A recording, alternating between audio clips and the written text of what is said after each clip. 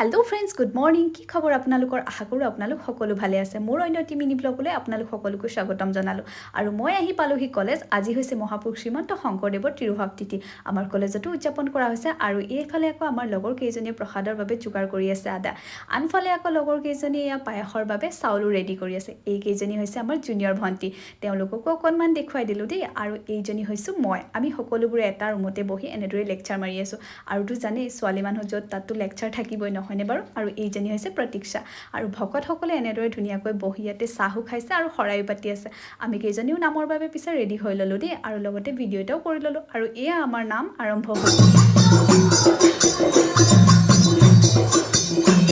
নাম শেষ কৰি আমি খালো প্ৰসাদ তাৰ লগতে খালো পায়স আৰু তাৰ পাছতে এয়া আমাৰ চলিছে ফটো সেশন এইজনী হৈছে সুদৰ্শনা তাই নটংগী বাজিখিনি চাওকচোন আৰু শেষত এইজনী হৈছো ময়ো পিছে দুখনমান ফটো উঠাই ললো দেই তেন্তে আজিলৈ আহিছো বাই